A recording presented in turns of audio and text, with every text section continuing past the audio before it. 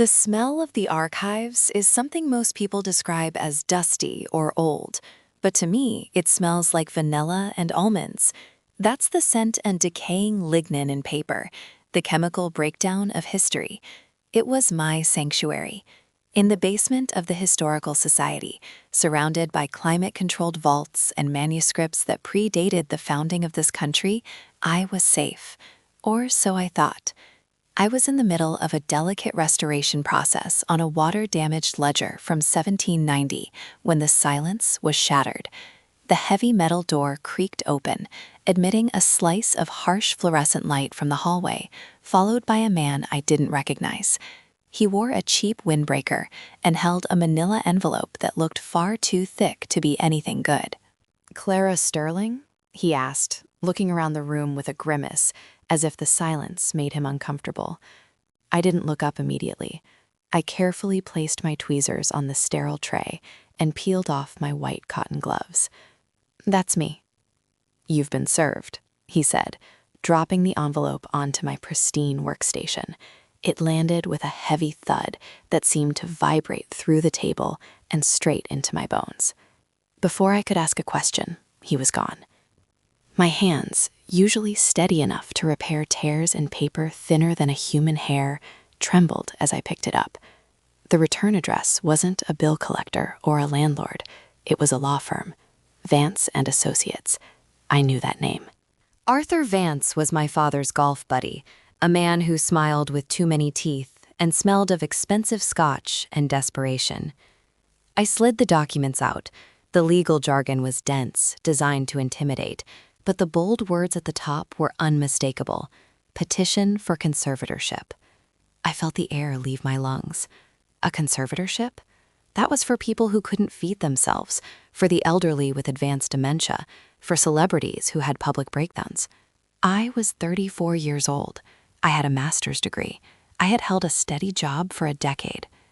I scanned the paragraphs, my vision blurring with a mixture of shock and rising bile.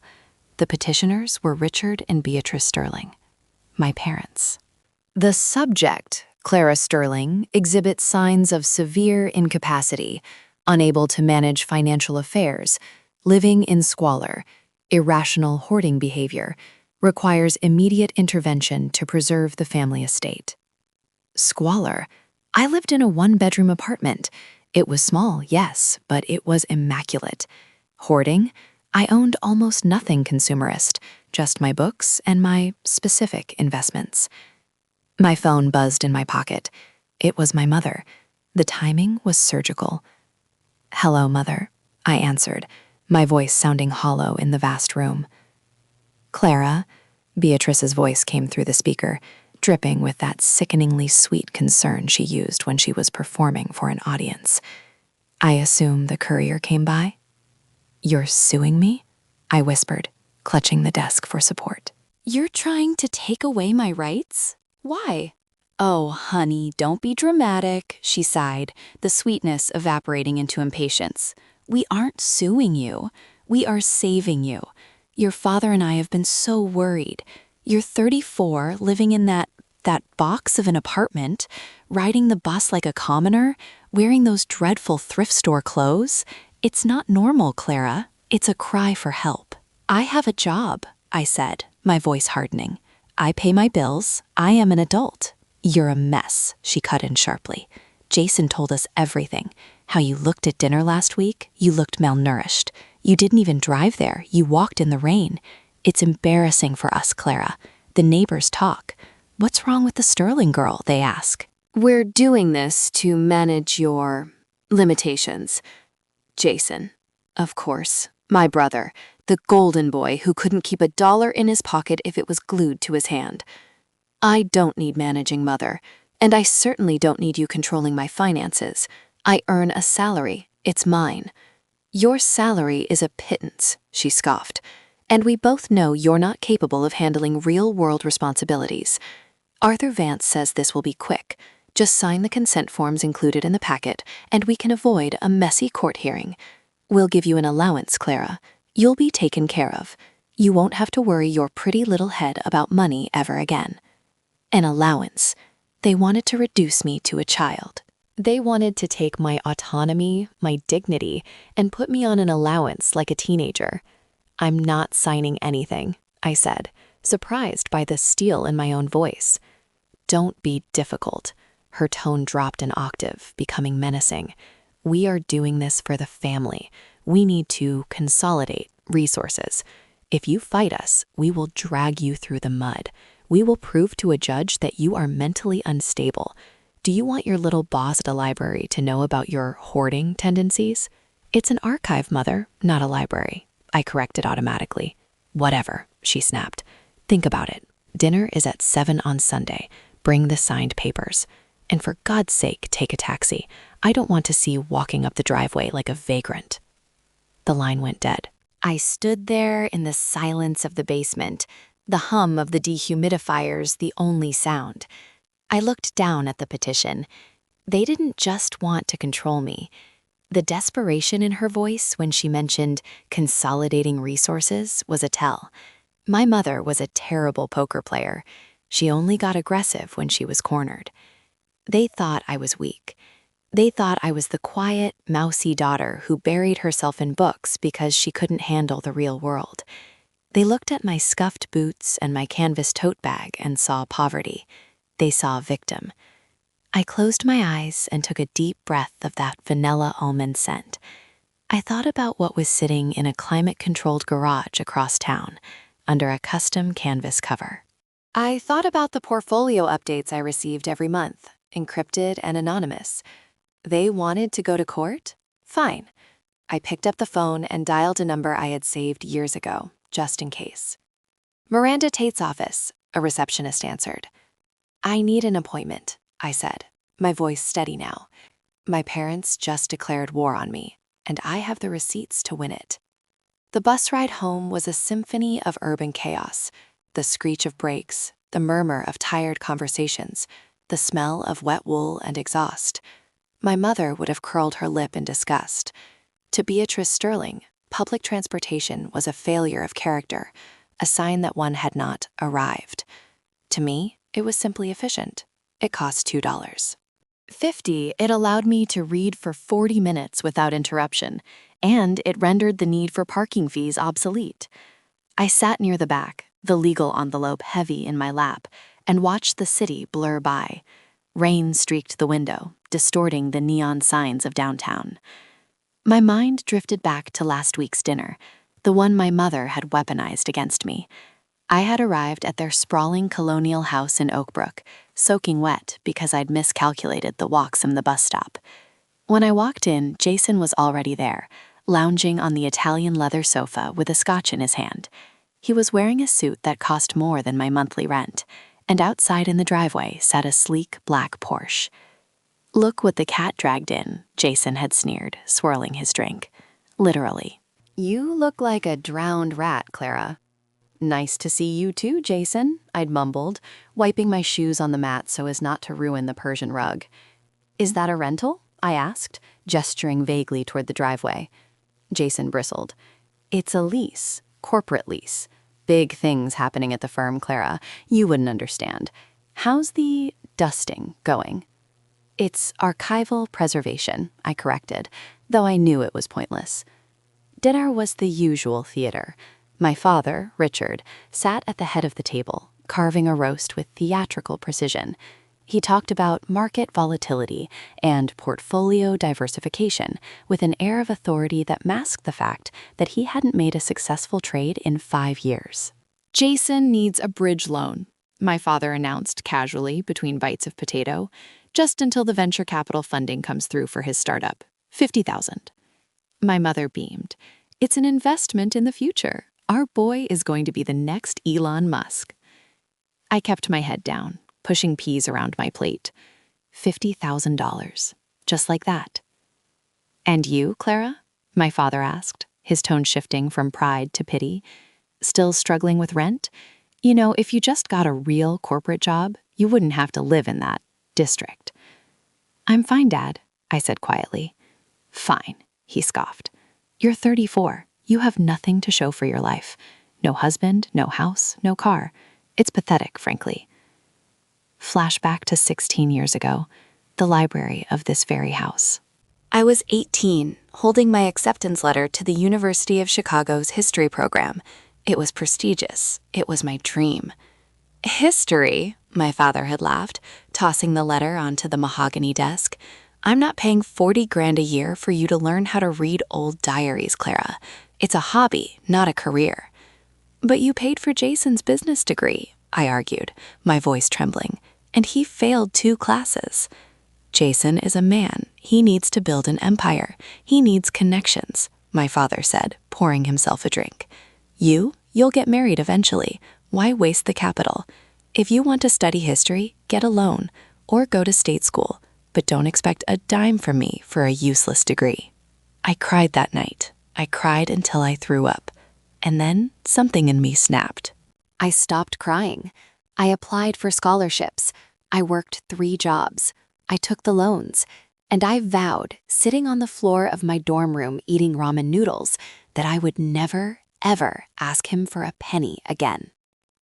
Back on the bus, the memory burned as hot as it did the day it happened. They had cut me off, and I had thrived in the silence. I got off at my stop and walked the 2 blocks to my apartment building. It wasn't in a trendy neighborhood. The brick was faded and the lobby smelled faintly of bleach, but the security was top tier. I had chosen it specifically for the reinforced doors and the lack of curious neighbors. I unlocked my door and stepped inside. My mother called it a box. I called it a vault. The living room was sparse. A comfortable reading chair, a high-quality lamp, and walls lined with books. No TV, no clutter. But hidden behind the unassuming drywall was a humidity control system that rivaled the museum's. I walked to the bookshelf and pulled on the spine of a worn copy of The Count of Monte Cristo. A small panel clicked open. Inside wasn't a safe, but a humidity gauge and a row of leather-bound journals. I wasn't hoarding trash, as my parents claimed. I was curating value. My poverty was a fortress I had built brick by brick. While Jason was leasing Porsches to look rich, I was buying first editions at estate sales for pennies on the dollar because I knew what to look for. While my father was gambling on tech stocks, I was investing in boring, stable index funds and compounding interest for 12 years. I walked to the window and looked down at the street. A beat-up Honda drove by. My parents saw a loser when they looked at me. They saw a woman who couldn't afford a car. They didn't know about the garage on the other side of town. They didn't know about the inheritance I had received from my grandmother, my mother's mother, who despised Beatrice's greed and had left me everything in a secret trust, specifically excluding them. I had turned that trust into a fortune, but to them, I was just Clara the failure. I looked at the legal papers again. Incapacity, inability to manage finances. They were about to learn a very hard lesson about the difference between looking rich and being wealthy. Miranda Tate's office was like the woman herself, sharp, modern, and intimidatingly expensive. It was located on the 40th floor of a glass tower downtown, overlooking the city like a predatory bird searching for field mice. I sat in a chair that probably cost more than my brother's corporate lease car, my hands folded in my lap. I was wearing my best court clothes, a gray wool skirt and a white blouse. Simple, understated. To the untrained eye, I looked like a librarian. Miranda walked in. She was a striking woman in her 50s with silver hair cut in a severe bob and eyes that could peel paint. She threw the manila envelope onto her desk and sat down, studying me. "Conservatorship," she said, the word hanging in the air like smoke. "It's aggressive. Usually we see this when there's substance abuse or severe mental decline. Your parents are claiming you're a hoarder and financially incompetent." "I know what they claim," I said calmly. "They have affidavits from your brother." Miranda flipped through the pages. "Jason Sterling says he's seen you eating expired food. He says your apartment is empty because you sold your furniture to pay gambling nets. He claims you walk everywhere because your license was revoked for instability." I let out a short, dry laugh. Jason hasn't stepped foot in my apartment in 5 years, and I don't gamble. Jason is the one who owes money to bookies in Vegas.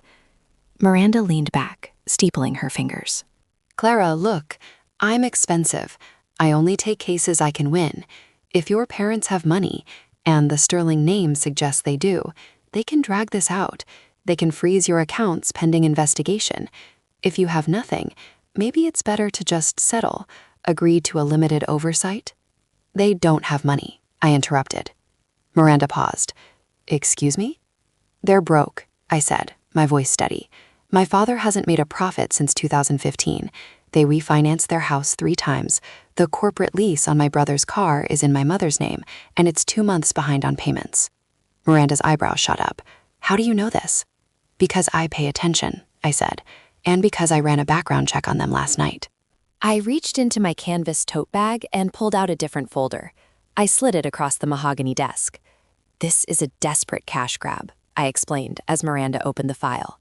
They think I have a small savings account, maybe $10,000 or $20,000, that I've scraped together from my salary. They need that money to pay off the interest on a loan my father took out to cover Jason's last failed venture. They want to declare me incompetent so they can legally access my accounts without my permission. Miranda scanned the documents I had compiled. Her eyes widened slightly as she saw the foreclosure notice on my parents' summer home, a secret they had kept well hidden. Okay, Miranda said, a slow smile spreading across her face. So they're vultures picking at bones.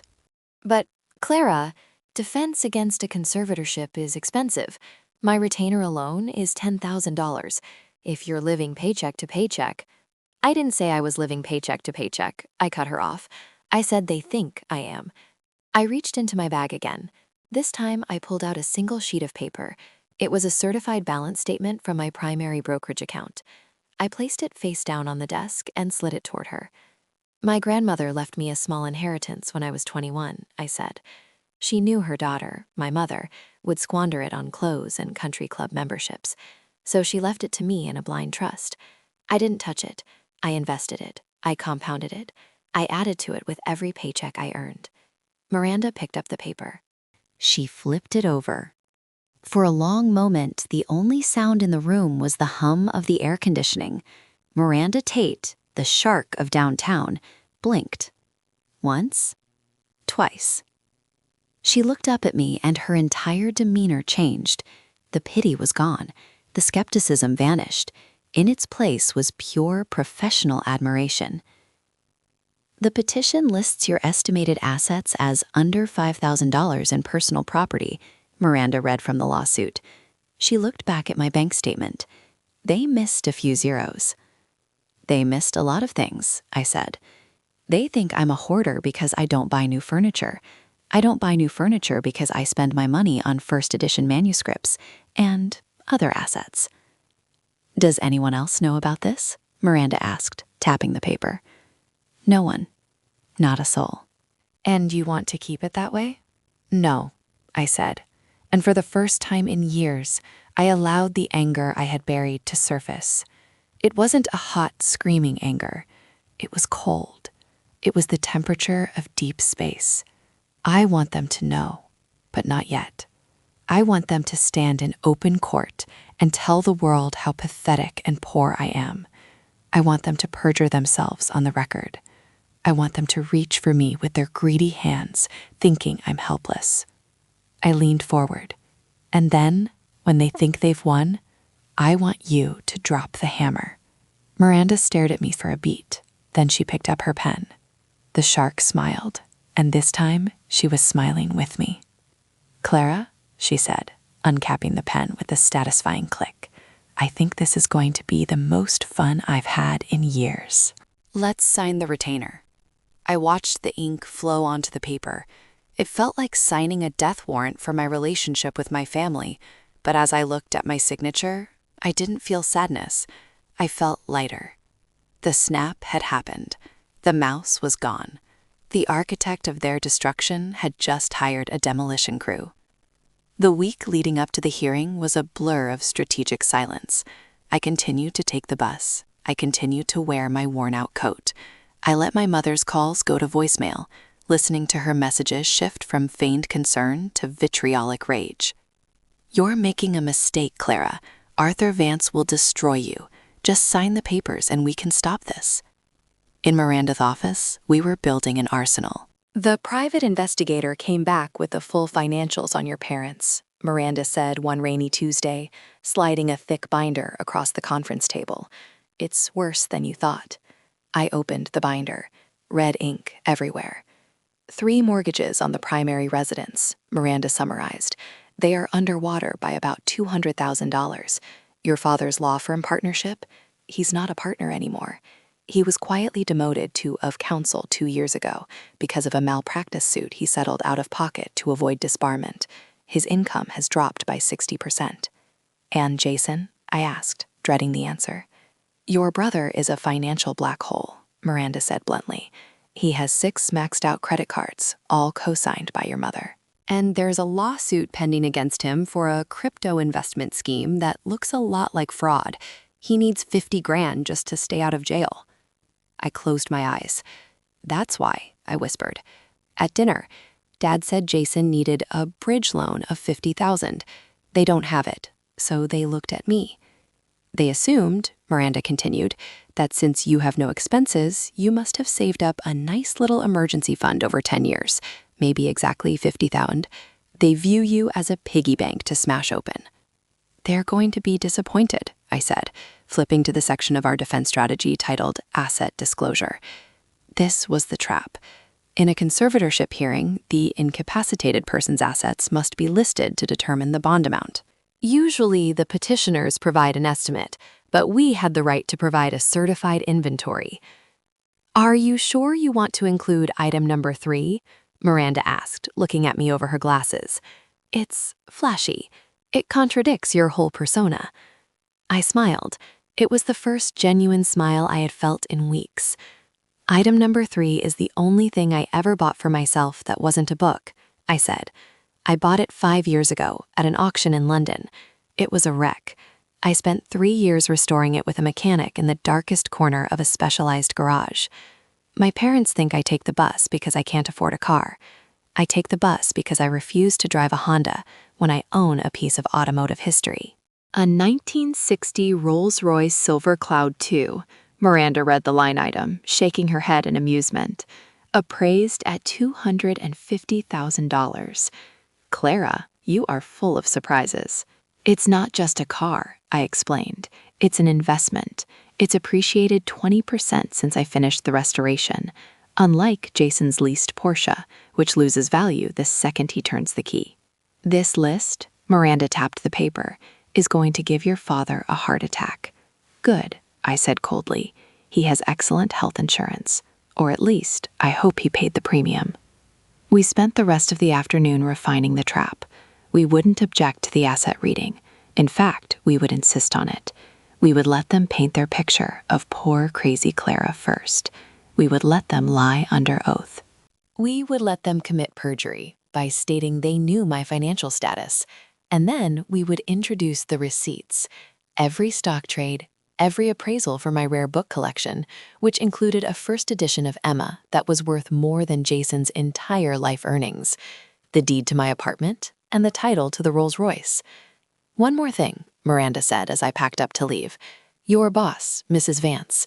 Not related to their lawyer, Arthur Vance, I hope. No relation, I said.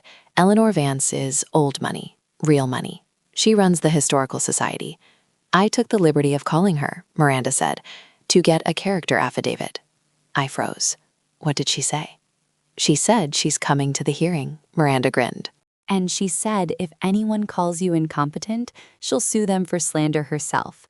Apparently, you're the only person in that building who knows how to handle the 17th century maps without dissolving them. I felt a lump in my throat. My own family thought I was trash. My boss, a woman who terrified mayors and senators, was willing to go to court for me. She's coming? Front row, Miranda confirmed.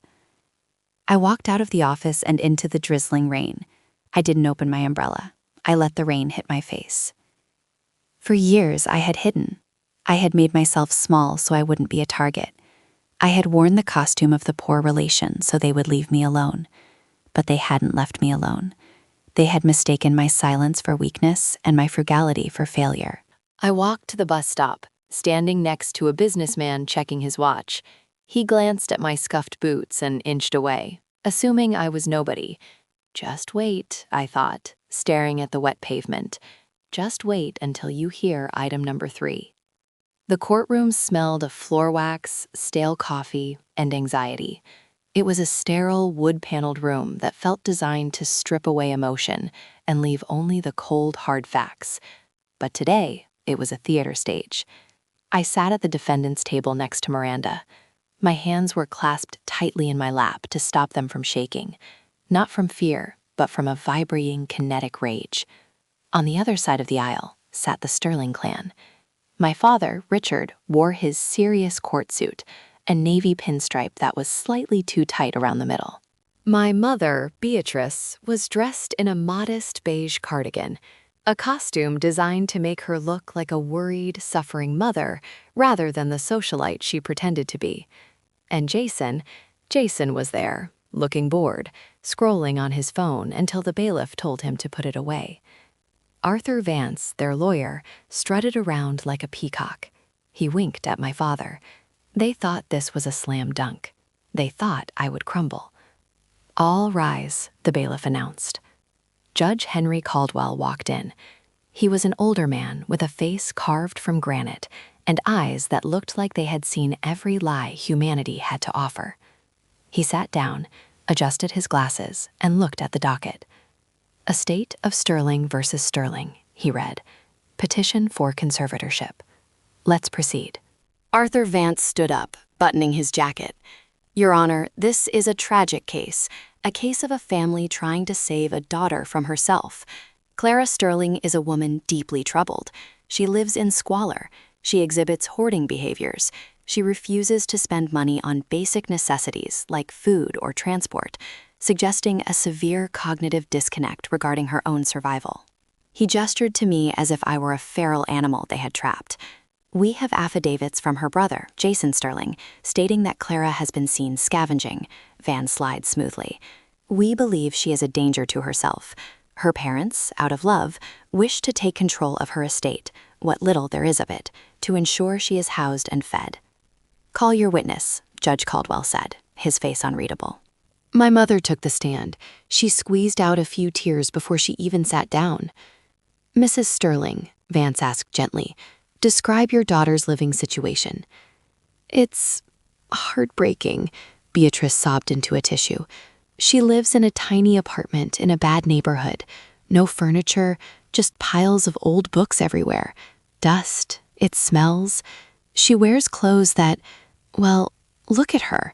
She pointed a trembling finger at me. She looks like a beggar. We tried to give her money, but she refuses. She's irrational. She thinks we're the enemy. And why do you want this conservatorship? To save her, Beatrice whispered, looking at the judge with wide, wet eyes. I just want my little girl to be safe. I want to manage her finances so she doesn't end up on the street. I stared at her. It was a masterful performance. If I didn't know she was doing this to pay off Jason's gambling debts, I might have believed her. Next was Jason. He sauntered to the stand, looking every inch the concerned brother. Clara's always been off, Jason testified, avoiding my gaze. She's paranoid. She thinks people are watching her. Last time I saw her, she was talking about hiding her money in books. It's delusional. She has no assets, Your Honor. She makes minimum wage at a library. If we don't step in, she's going to starve. Miranda leaned over to me. Ready? She whispered. More than you know, I replied. Miranda stood up for the cross-examination. She didn't attack Jason's lies about my mental state. She went for the jugular of his credibility. Mr. Sterling, Miranda said sharply, you say you are concerned about your sister's finances.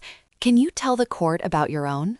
Objection, Vance shouted. Relevance goes to motive, Your Honor, Miranda said coolly.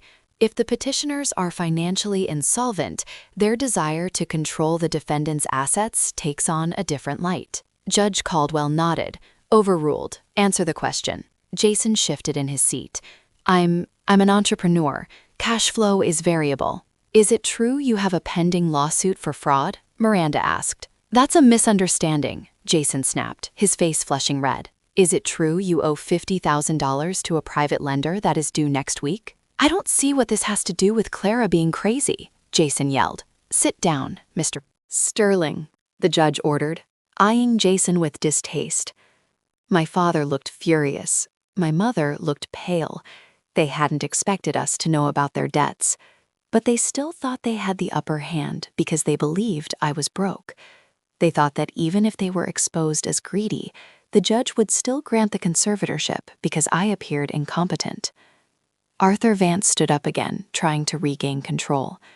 Your Honor, despite the struggles of the family, the fact remains, Clara Sterling lives in poverty.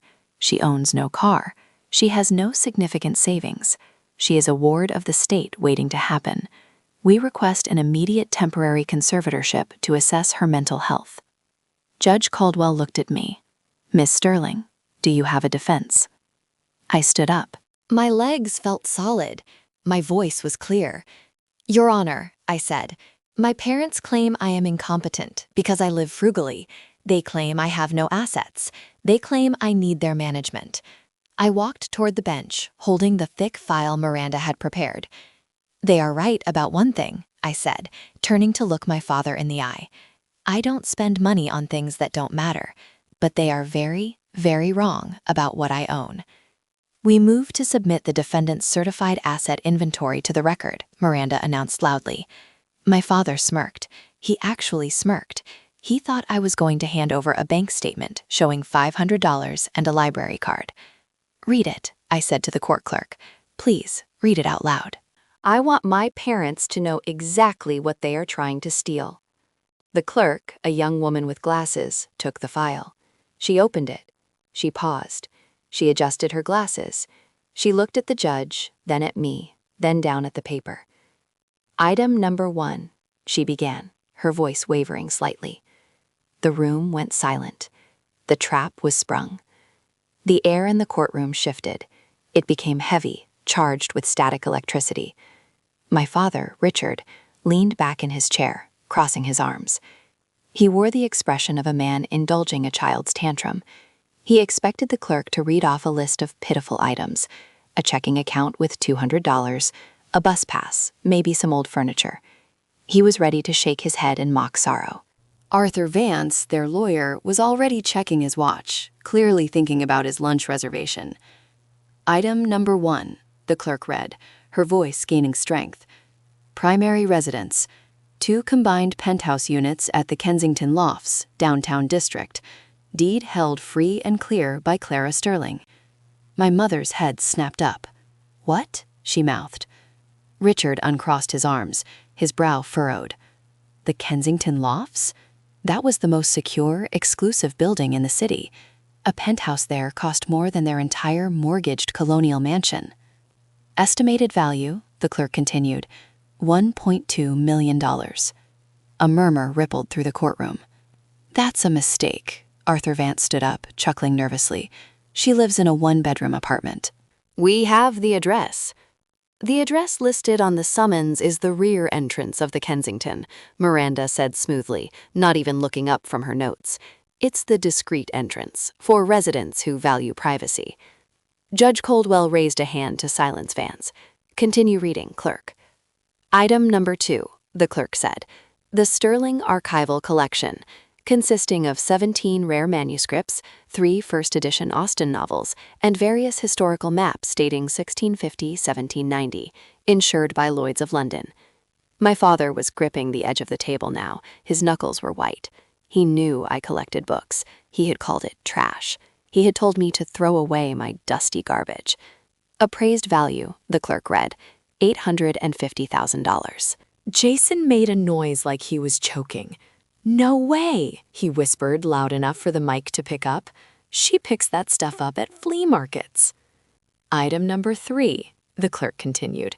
She paused here, looking directly at Jason. She seemed to enjoy this. I watched Jason. I wanted to capture this moment in amber. The boy who mocked my bus rides. The boy who leased a Porsche to look rich while drowning in debt. 1960 Rolls-Royce Silver Cloud II, long wheelbase, fully restored, kept in climate-controlled storage at Iron Gate Motor Condos. My father stood up halfway. Objection. This is a fabrication. Sit down, Mr. Sterling, Judge Caldwell barked, slamming his gavel, or I will hold you in contempt. Is there an authenticated title in that file? Yes, Your Honor, the clerk said. Registered solely to Clara Sterling. Value? The judge asked. $250,000, the clerk read. My mother looked like she was going to faint. She was clutching her pearls. Fake pearls, I realized for the first time. I could spot the difference now. Item number 4, the clerk went on, relentless. Diversified investment portfolio, Vanguard index funds, municipal bonds, and tech sector holdings, managed by Goldman Sachs Private Wealth. This was the big one. This was the result of 12 years of living on 20% of my income and investing the rest. 12 years of the grandmother's trust fund growing undisturbed. Current market value. The clerk took a breath. $2,100,000. Silence. Absolute, suffocating silence. Total net worth, the clerk finished. Approximately $4.4 million. She closed the folder. The sound echoed like a gunshot. I looked at my family. They weren't looking at me with pride. They weren't looking at me with shock, even. They were looking at me with hunger. It was a transformative moment. I saw the exact second the calculation happened in my father's eyes. He wasn't thinking, my daughter is successful. He was thinking, that's the solution to my debt. Your Honor, Arthur Vance stammered, his arrogance completely gone, replaced by a frantic greed. Well, this changes things, but it actually supports our petition. Miranda laughed. It was a sharp barking sound. Excuse me? If Miss Sterling has this kind of wealth, Vance argued, sweating now, and she chooses to live modestly and take the bus, it's proof. It's proof of her mental instability. No sane person sits on $4 million and walks in the rain. She is hoarding wealth irrationally. She needs guidance more than ever. Yes, my father shouted, jumping up. She's sick. She doesn't know how to spend it. She needs her family to help her allocate it properly. Allocate it to your creditors? I said. I didn't shout. I spoke quietly into the microphone, but my voice filled the room. You greedy little, my mother started to hiss, her mask of the concerned mother slipping off entirely to reveal the snarling face beneath.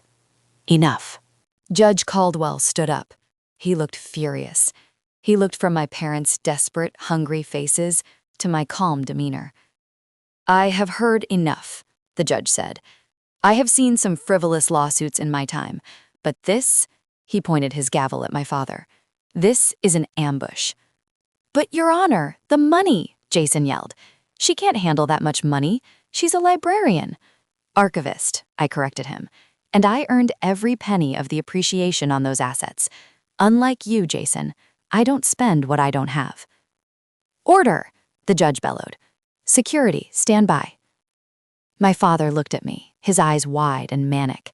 Clara, honey, he said, his voice trembling with a terrifying mix of rage and begging. We're family. That money, it belongs to the family estate. You know the rules. We pool resources. You can't just keep it. I can, I said, and I will. The courtroom descended into chaos, but it was a chaos that felt strangely like victory.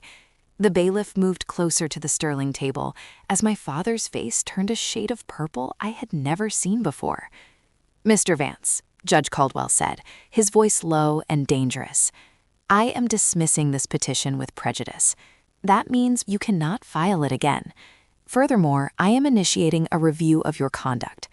Bringing a conservatorship petition against a woman simply because she is frugal, when she is in fact a multi-millionaire, is an abuse of this court's time and resources. Your Honor, we didn't know, Vance pleaded, throwing his clients under the bus immediately. Mr. and Mrs. Sterling assured me she was destitute and mentally declining. We are her parents, Beatrice shrieked. She stood up, knocking her chair over. We have a right to that money. We raised her. We paid for her food, her clothes. You cut me off when I was 18, I said, standing up to face her. You haven't paid for a single thing in 16 years. You didn't even pay for my college tuition. I did. Ungrateful brat.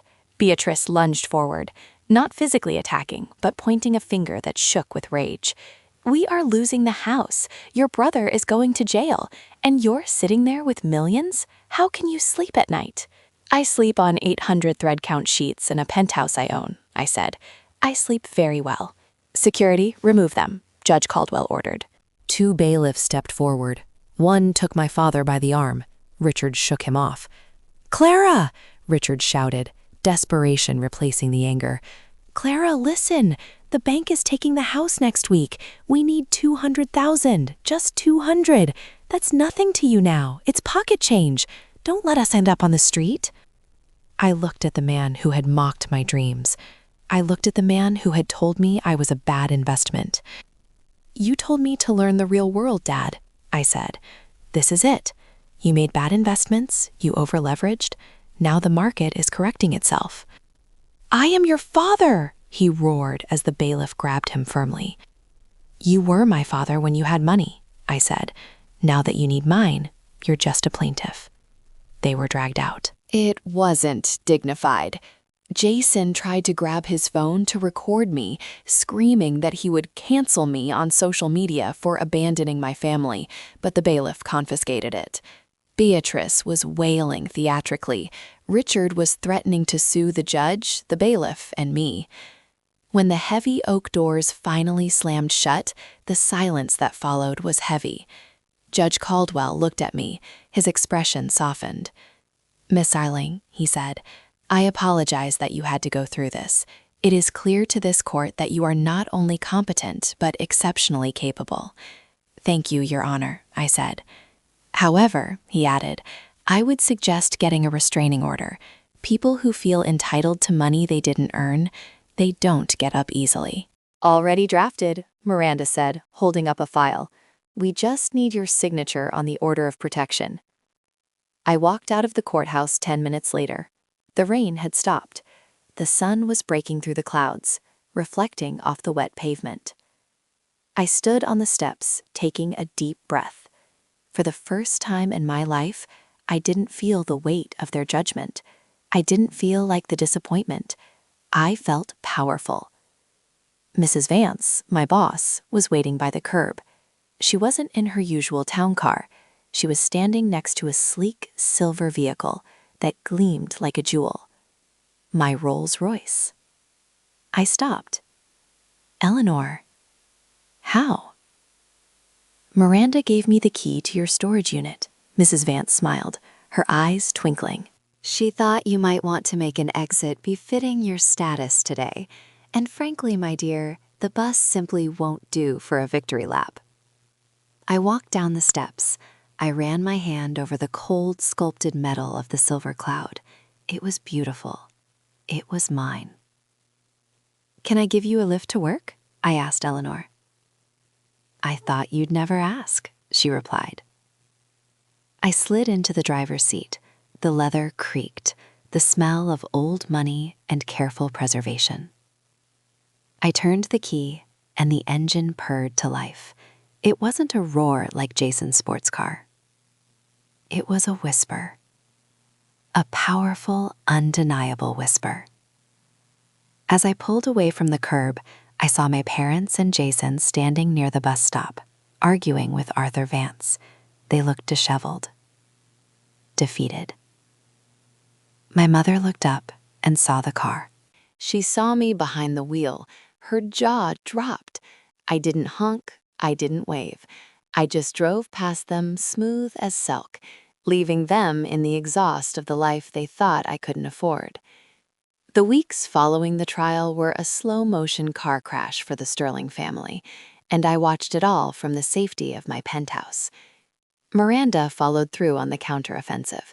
We submitted the evidence of their financial fraud to the banks. It wasn't vindictive, it was necessary. To protect my assets from any future claims, we had to prove their need was born of illegal negligence, not bad luck. The foreclosure on their colonial mansion went through in record time. I heard through the grapevine that my mother tried to throw a moving sale to raise cash, selling off the family heirlooms. She was disappointed to learn that most of the antiques she had flaunted for years were high-end reproductions. The real value had always been in the things she ignored: the books, the history, the substance, things I had collected. Jason didn't go to jail, but it was close. He had to declare personal bankruptcy. The Porsche was repossessed. He moved into a studio apartment that was smaller and dirtier than the one he had mocked me for living in.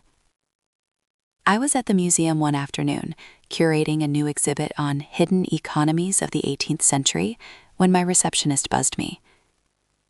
"Clara, there's a Mr. Sterling here to see you. He says he's your brother." I paused. I could have told security to throw him out. I had the restraining order, but curiosity is a curator's vice. "Send him up," I said, "but keep security outside the door." Jason walked in. He looked different. The suit was gone, replaced by jeans and a polo shirt. He looked tired. He looked older. He stood in the doorway of my office, looking at the view of the city skyline. "Nice office," he said. "It is," I agreed, not offering him a seat. "Look, Clara," he started, shifting his weight. "I'm not here to ask for money. Dad put me up to coming, told me to beg, but I'm done listening to him." I raised an eyebrow. "Is that so?" "Yeah. He's blaming everyone but himself. Blaming you, blaming the lawyer, blaming the economy. It's exhausting." Jason sighed, rubbing his face. "I just wanted to know, how did you do it? The money, the investments. How did you know?" I looked at my brother. For the first time, I didn't see a bully. I saw a victim of my parents' parenting style. A boy raised to believe the world owed him everything, now crashing into the reality that it owed him nothing. "I didn't try to look rich, Jason," I said gently. "I tried to be secure. I studied, I saved. I didn't buy things to impress people I didn't like." He laughed, a bitter sound. "Yeah, I guess the Rolls-Royce is pretty impressive, though." "I bought that for me," I said, "because I love the engineering, not because I wanted people to stare." He nodded slowly.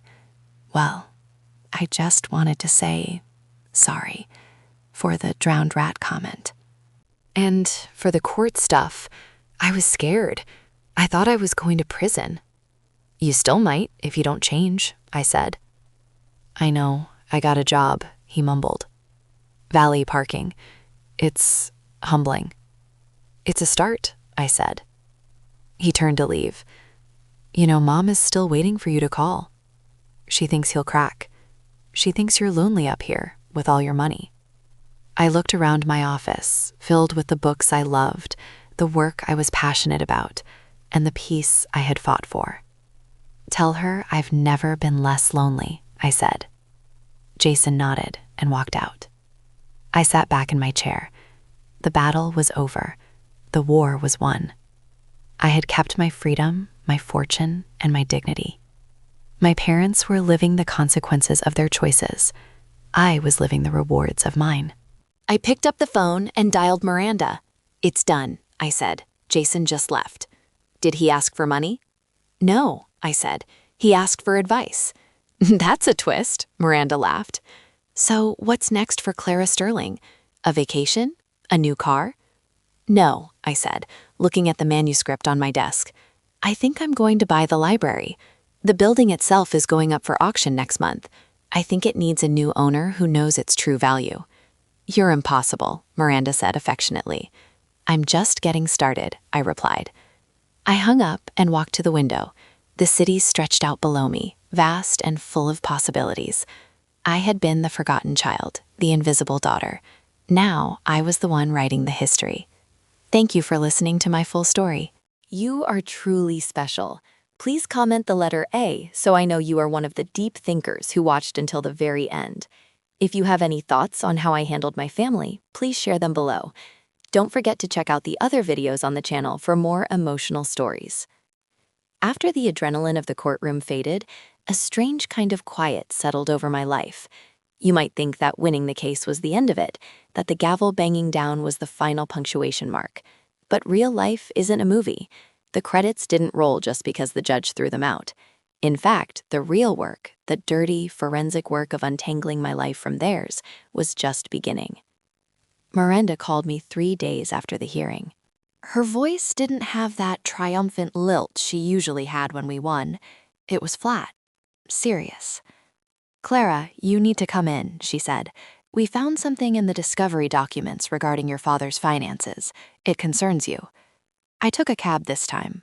I wasn't hiding anymore. When I walked into Miranda's office, she had 3 files spread out on her desk. "We ran a deeper credit check," Miranda said, sliding a document toward me. "Since your parents claimed you were incompetent, we had legal grounds to check if they had ever attempted to act on your behalf before the petition." I looked at the paper. It was a credit application for a high-limit American Express card. "I didn't apply for this," I said, frowning. "I know," Miranda replied. "It was applied for 6 months ago. Using your social security number, the address listed isn't your apartment. It's your parents' house in Oak Brook." I felt a cold shiver run down my spine. "Did they get it?" "No, it was denied because you have a fraud alert on your credit report, something you smartly set up years ago. But Clara, look at the signature. It was a clumsy forgery of my name." "There's more," Miranda continued, her voice grim. "A second mortgage application, a car loan inquiry, all in your name. All rejected, thankfully, because your credit profile is so locked down. But they tried. This wasn't just about the conservatorship, Clara. They've been trying to steal your identity to plug the holes in their sinking ship for nearly a year." I sat back, the air leaving my lungs. The conservatorship petition wasn't their first move. It was their last resort. They had tried to steal from me quietly, failed, and then decided to use the legal system to force the door open. "This is fraud," I whispered. "Federal fraud." "It is," Miranda confirmed, "and we have a choice. We can simply use this to ensure the restraining order is permanent and ironclad, or we can file charges." I stared at the view of the city.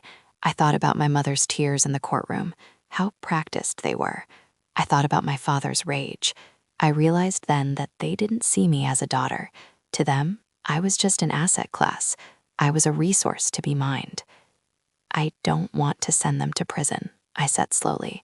The words tasted like ash, not because they don't deserve it, but because I don't want to spend the next 2 years of my life in courtrooms testifying against them. I want to be free.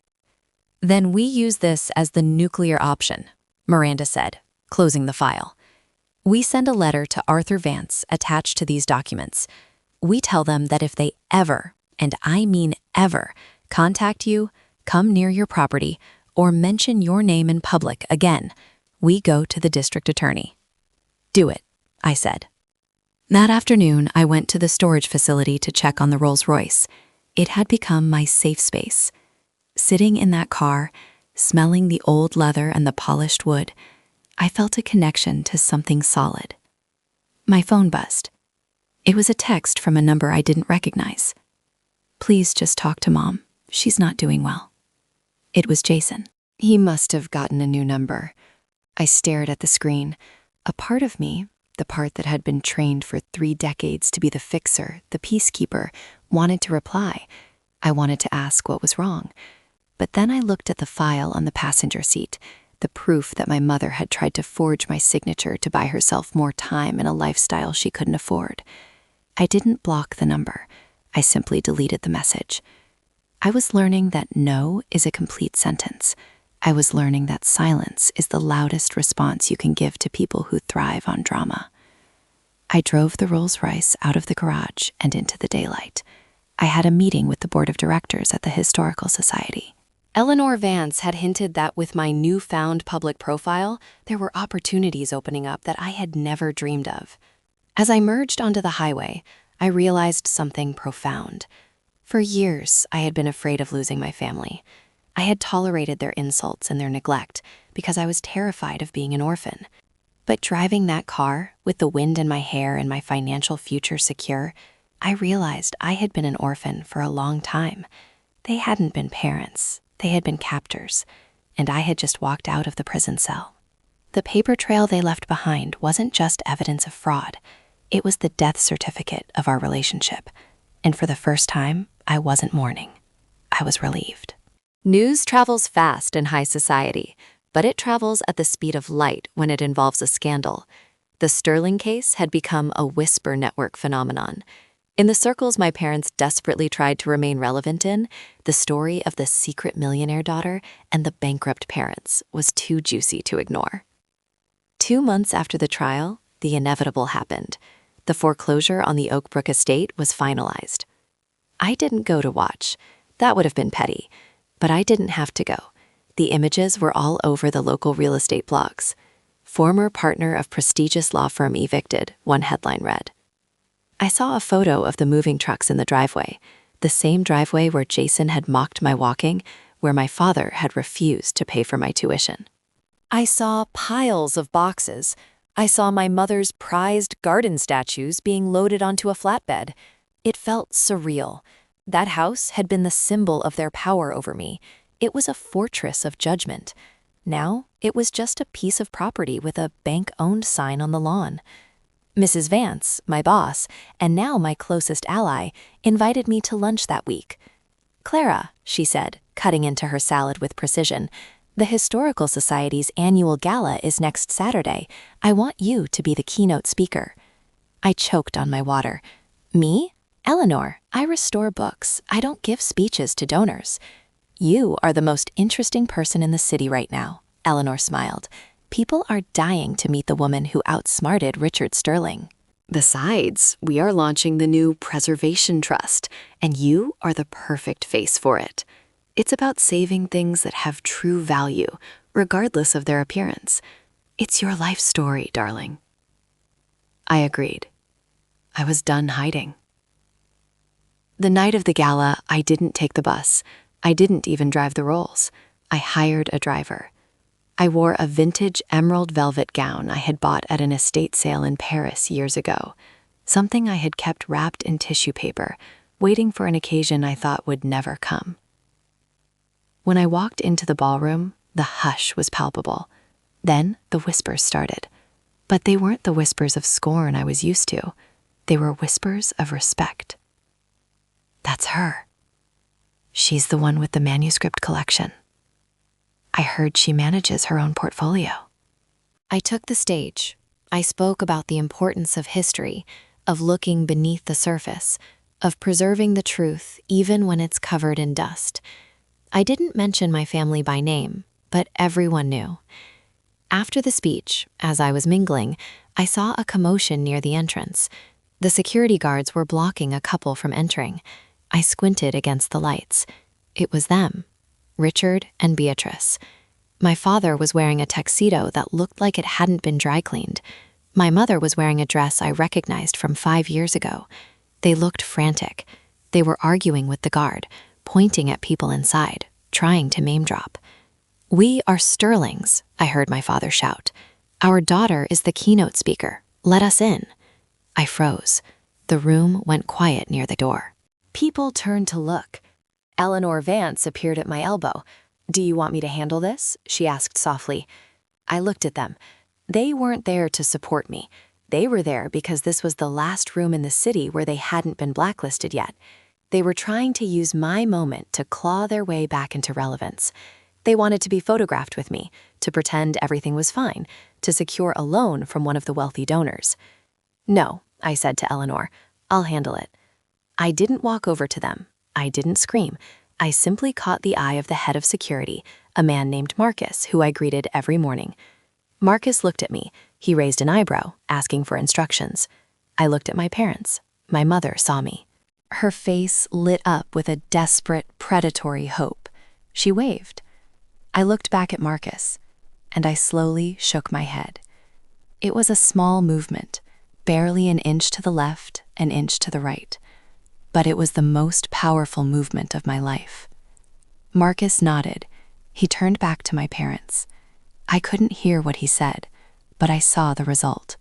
He stepped forward, his bulk blocking their view of the paradise they had been exiled from. He pointed toward the street. My father slumped. My mother looked like she had been slapped. They turned around and walked out into the cold night. I turned back to the party. A waiter offered me a glass of champagne. "To history," he said. "To the future," I corrected him, taking the glass. It was the night the House of Sterling truly fell. Not when the bank took the keys, but when their daughter finally refused to open the door. 3 months later, the dust had settled, literally and metaphorically. I had moved out of the Kensington lofts, not because I had to, but because I wanted a fresh start. I kept the penthouse as an investment property. The rental income was absurdly high.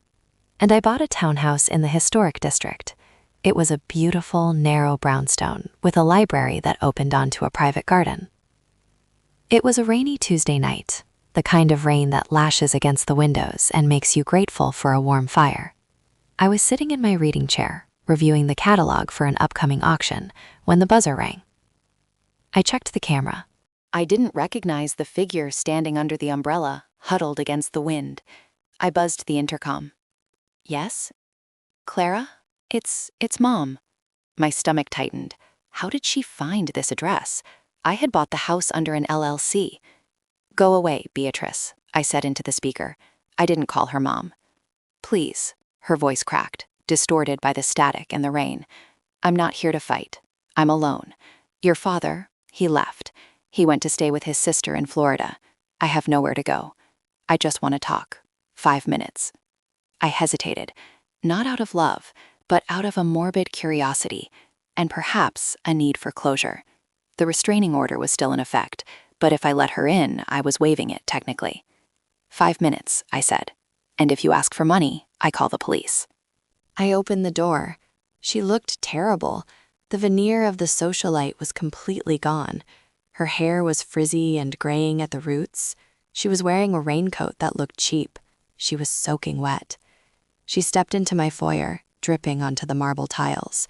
She looked around at the art on the walls, the warm glow of the library. It's beautiful, she whispered. You always had good taste. Better than mine, really. What do you want? I asked, standing with my arms crossed. I didn't offer to take her coat. She reached into her pocket. I tensed, ready to grab my phone. But she pulled out a small velvet pouch. It was old and worn. I found this, she said, her hands shaking. When the movers were packing up the master bedroom, it fell behind the dresser. She held it out to me. I took it. I opened the drawstring. Inside was a silver pendant, a simple, heavy locket engraved with a thistle. My breath hitched. It was my grandmother's, the one my mother had sworn was lost years ago, the one I had cried over when I was 12. You said you lost this, I said, my voice trembling. I hid it, she admitted.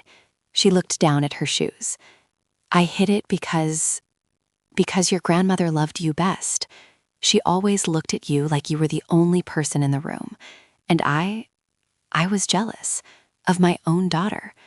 She looked up, and her eyes were red. I'm sorry, Clara.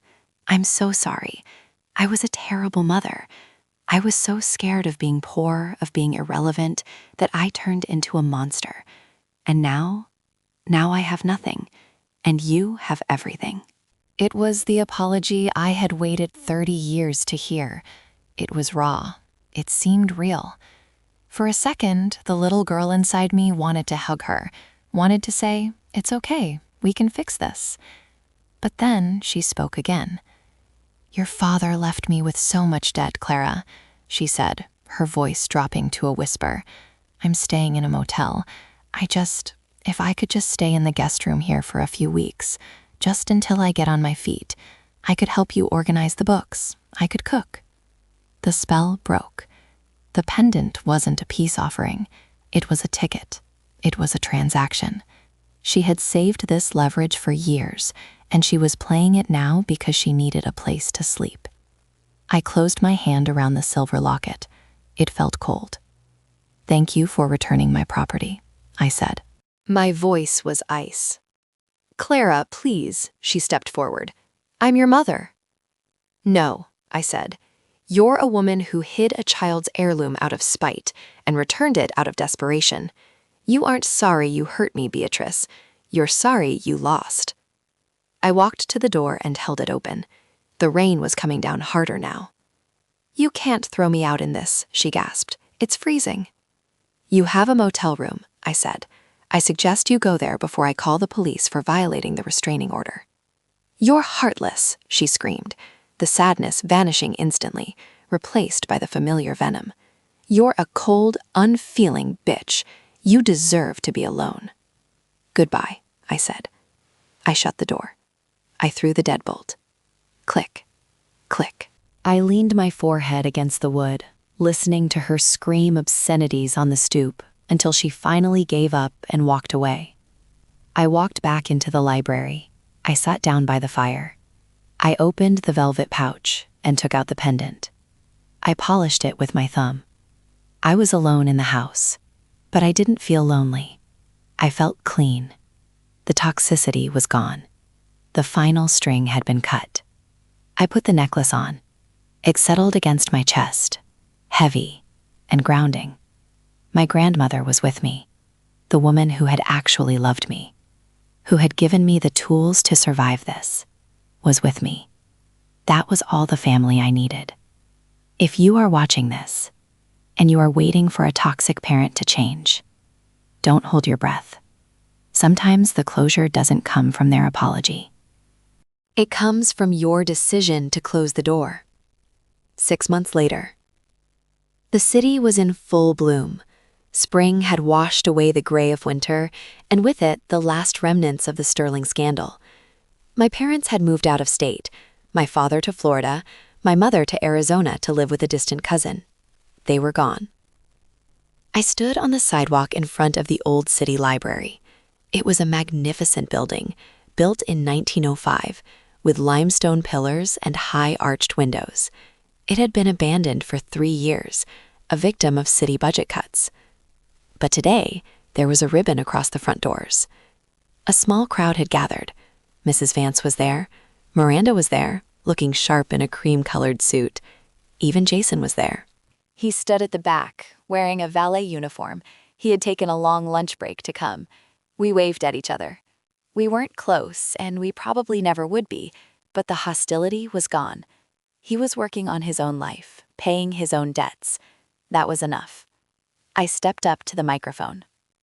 Welcome, I said to the crowd, to the Sterling Center for Archival Preservation.